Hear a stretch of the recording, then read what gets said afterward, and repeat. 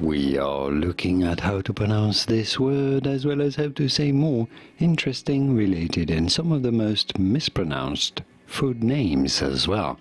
French food names, so make sure to stay tuned and consider subscribing for more learning.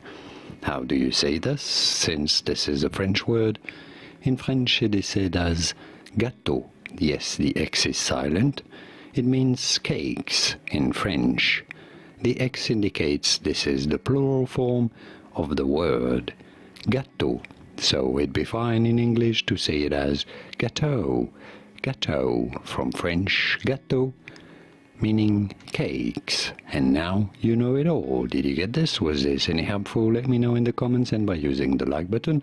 Thank you kindly for your support. More videos on how to pronounce more delicious food names from France and beyond, whose pronunciations aren't always obvious. I'll see you there to learn more. Thanks for watching. Merci.